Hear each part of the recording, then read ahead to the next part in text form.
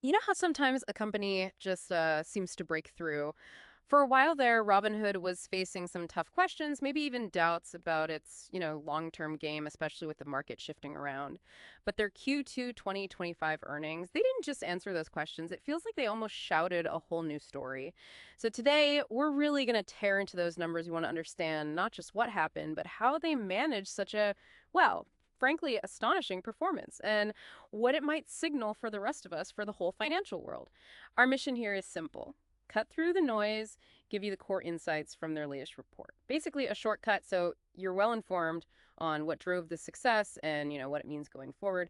And we've really dug deep for this one. We've looked at everything from the big names like Barron's and the Wall Street Journal, all the way to detailed investor reports and industry analysis. Okay, so let's dive right in. The big picture. When we look at Robinhood's Q2, the headlines weren't just good. They were screaming blowout quarter.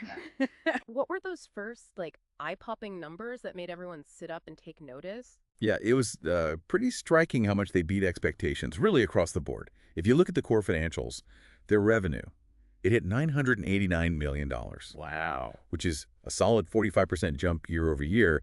And importantly, it comfortably beat what analysts were expecting, which was somewhere around $914 million. Okay. Then you've got the earnings per share, EPS. They reported diluted EPS of $0.42. Now, just for context, that figure actually doubled compared to last year. Doubled. Doubled. And it was way above the $1.31 consensus analysts had penciled in. And wrapping up the headlines, their net income, a really striking $386 million. That's up 105% from the same quarter last year. 105%. Exactly. So this isn't just, good growth. It feels like a company that's really mastering its operations. For you listening, this isn't just a number on a page. It's a signal, right? It signals Robinhood has seriously honed its execution. Yeah. They're managing to pull outsized profits from a market that, frankly, many thought was cooling off for these kinds of retail platforms. Those numbers are, yeah, undeniably huge, almost hard to believe in some ways. But for listeners trying to figure out how they did it, what were the real engines, what was going on under the hood to fuel that kind of growth? Absolutely. Let's get into the how. Yeah. The primary engine, that was their transaction-based revenue. It surged up to $539 million. Okay. That's up a really remarkable 65%. Now, digging into that number, you see two really key catalysts. First, crypto trading. That jumped by 98%, 98%. almost double. And second, options trading, which was up 36%. For a brokerage like Robinhood, these are super high activity areas, right? They generate significant revenue. So seeing that kind of explosive growth, especially in segments that can be pretty volatile, that's a huge sign of, well, sustained user engagement. That is a massive surge in crypto and options. But wasn't there always this concern that volatility could, cut both ways for platforms like Robinhood? How did they manage to turn that risk into such a huge positive this quarter? That's a really excellent point. And you're right, volatility is a double-edged sword. Hmm. But it seems Robinhood managed to capitalize this time because they had the infrastructure and maybe more importantly, the user base ready and willing to engage when market activity really picked up. Okay. It suggests their platform is, robust enough to handle those high volumes, and also that their users are actively looking for those trading opportunities when they arise. Uh-huh. And it wasn't just trading volume. If you look beyond that, their customer metrics also showed really healthy expansion. Funded accounts, for instance, reached 26.5 million. That's a solid 10% increase year over year, so steady user growth. Right. But here's what really jumps out. Their gold subscribers. That number grew to roughly 3.5 million. 3.5 million gold. Yeah, an impressive 76% increase. And these aren't just any users, right? They're premium subscribers, often more engaged, maybe trading more, and they represent a higher value to the platform overall. That makes sense. Higher engagement, higher value. And you see that value reflected clearly in their customer ARPU, that's average revenue per user. It rose to $151. That's up 34% year over year. So this shows it's not just about getting new users in the door, but the existing users are engaging more deeply, generating more revenue per person. So more users, and each user is doing more. Exactly. And their platform assets, the assets under custody or AUC, hit $279 billion. They also saw net deposits of $13.8 billion in the quarter. And it's not just the core trading stuff. Other areas showed strength too. Yeah. Like their retirement AUC is up to $19 billion, the margin book sits at $9.5 billion, and their cash sweep program has $32.7 billion. Okay, so it's pretty broad-based strength. It really is.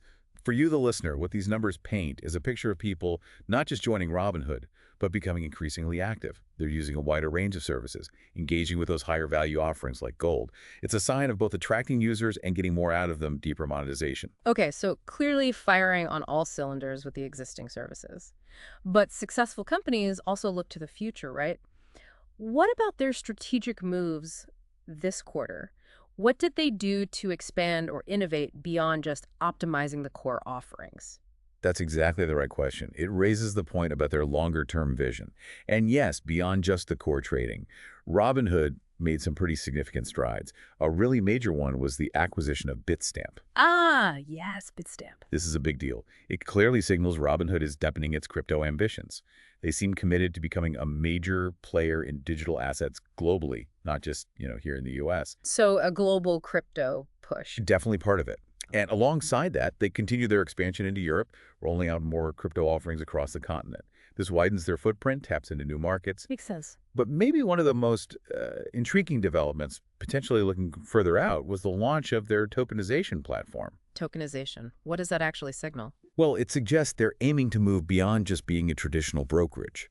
This venture could position them in, like, the future of finance, where real-world assets, think real estate, art, things like that, could be represented as tokens and traded on a blockchain.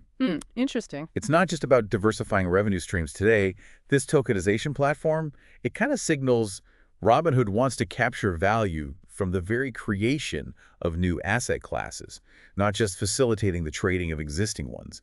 That feels like a much more ambitious long-term play. It shows they're looking way beyond the current quarter. So very strong results, these strategic plays like Bitstamp and tokenization. How did analysts react to all this? Was it just universal applause, or were there some maybe notes of caution mixed in?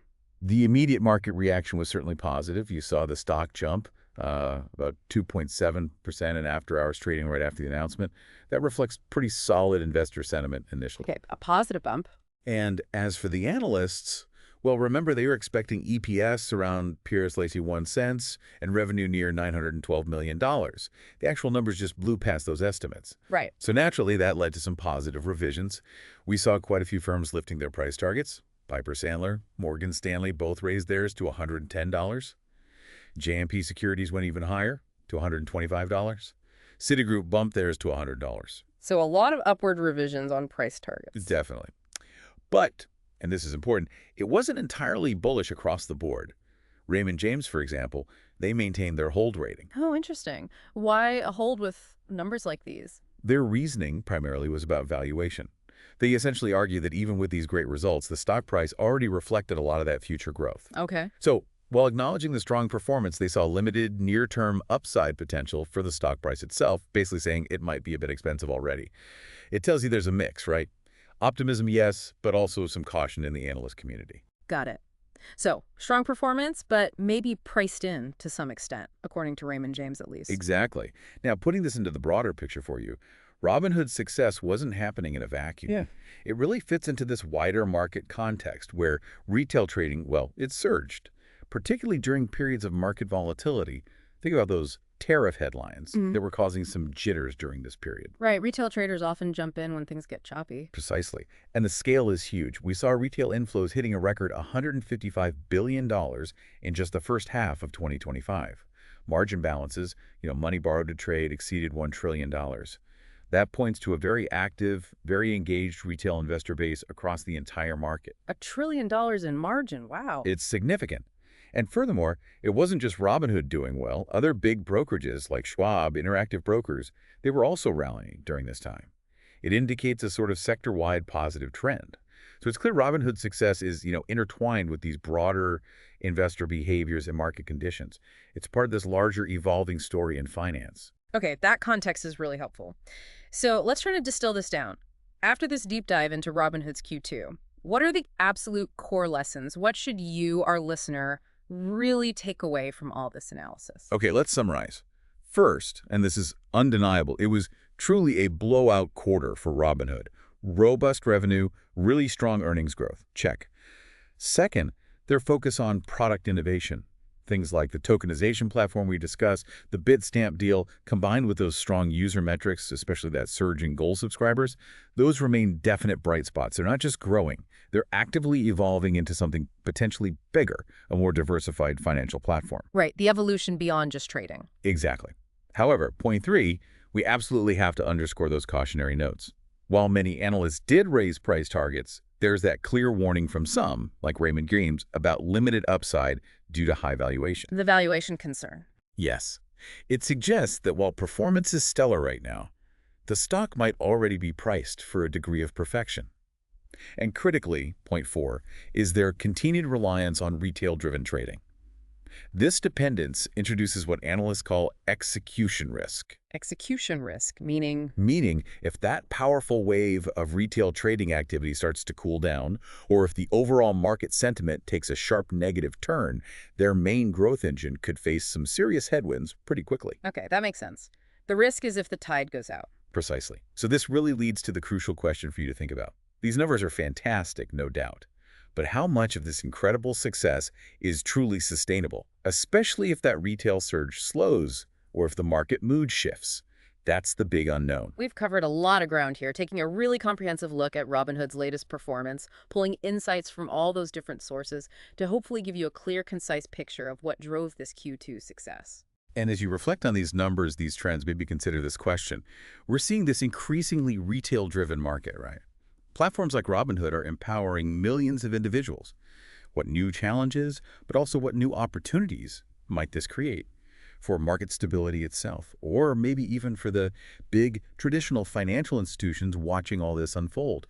And perhaps even more fundamentally, how might the evolution of these innovative platforms like Robinhood with things like tokenization, how might that reshape the very definition of investing in the years ahead?